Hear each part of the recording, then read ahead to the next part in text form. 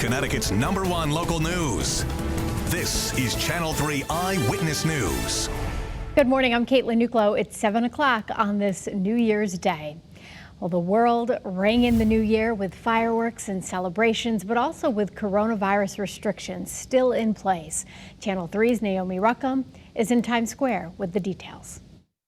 From Sydney, Australia to Athens, Greece, the world bid good riddance to 2020. I just want to say goodbye to being bored at home. And welcomed 2021 with optimism. It's getting off my butt and finally doing a lot of things I've been telling myself I'm going to do for years. I think 2021 is the year to go do it. Midnight celebrations around the world were scaled back due to coronavirus restrictions, with some city centers void of any revelers.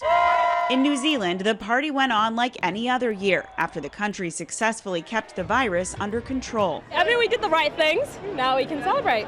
More than 1 million people typically cram into New York's Times Square to watch the crystal ball drop. However, this year, only a small number of frontline workers were allowed into the area.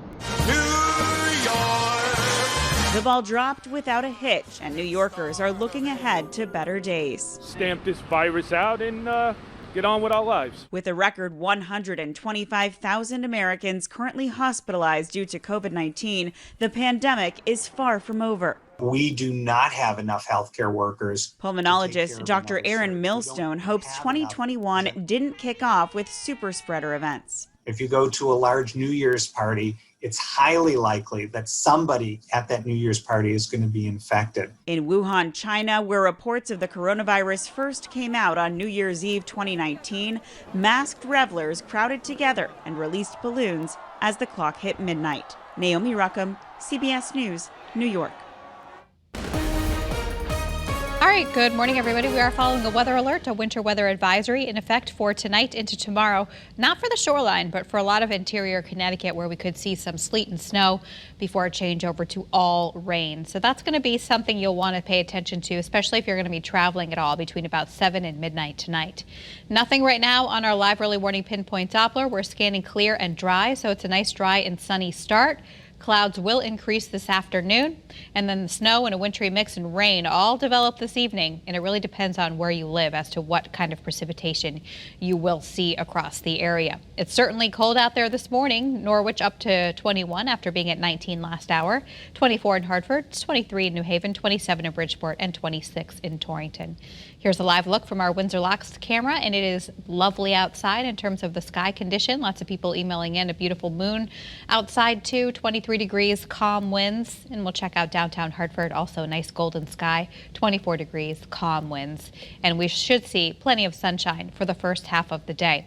It's this afternoon that we'll start to see the clouds increase, but by noontime still partly to mostly sunny. By 3, 4 o'clock, mostly cloudy.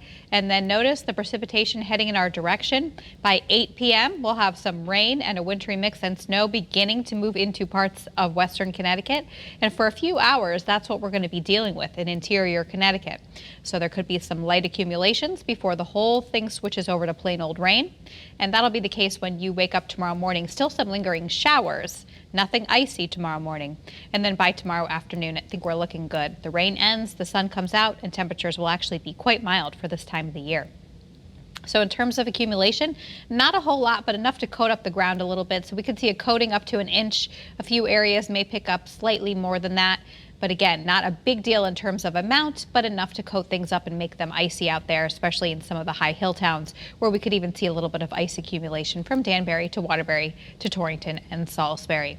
Now let's jump ahead to Sunday into Monday. Another storm system on the way. This one also appears to be a bit of a mix of rain and snow before changing over to all snow.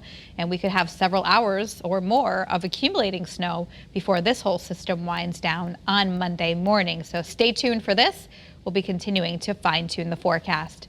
Highs today will top out in the upper 30s and low 40s. Sunrise this morning at 7:19. Officially, sunsets at 4:31. Tonight down around the freezing mark inland, a little bit milder along the shoreline. Wintry mix and snow changing to all rain overnight. Fog developing too. And here's a look at the next 7 days. A break tomorrow afternoon into Sunday morning, and then Sunday afternoon into Monday morning, rain and snow showers. Again, we could see some accumulation with this storm system. Monday afternoon, we dry out. Tuesday, Wednesday, and Thursday all feature mostly sunny conditions, temperatures between 40 and 45 degrees, which is way above normal for this time of the year, 42 to 44 on Wednesday and 46 to 47 on Thursday. That is your latest forecast. We'll continue to update you on snow amounts for Sunday into Monday coming up later today.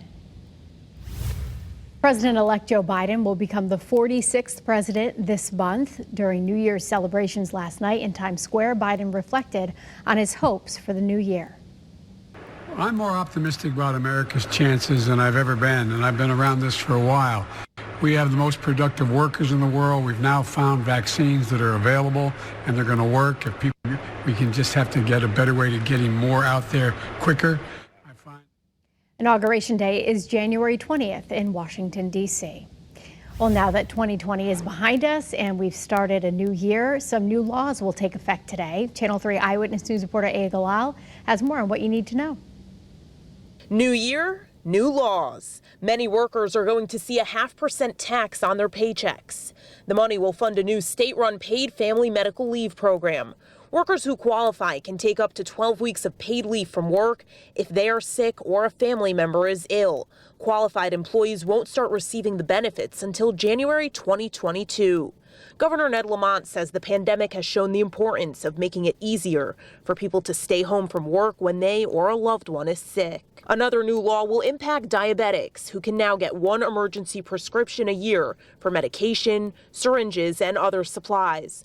Pharmacists must give a 30-day supply, and the price is capped by law. And some seniors will see a bigger tax break this year. They can now deduct 28% of pensions and annuities from their state income taxes. That's double the 14% from last year, and the break eventually reaches 100% in 2025.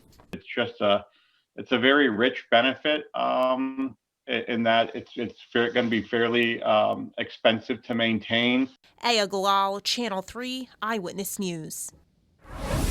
Here's the latest on the coronavirus in the state. Right now, the positivity rate is one of the highest that we've seen at 8.95%, just a little bit lower than the day before. State officials urged people to stay home last night to prevent another holiday surge like we saw after Thanksgiving. Well, officials are investigating after a private airplane was forced to make an emergency landing at Bradley International Airport yesterday. 2 people were on board the plane when the pilot reported a landing gear issue. The plane landed safely and no one was hurt. Thanks so much for tuning in to Eyewitness News this morning. Remember, you can get news and weather updates anytime on the Channel 3 app. Have a great New Year's Day.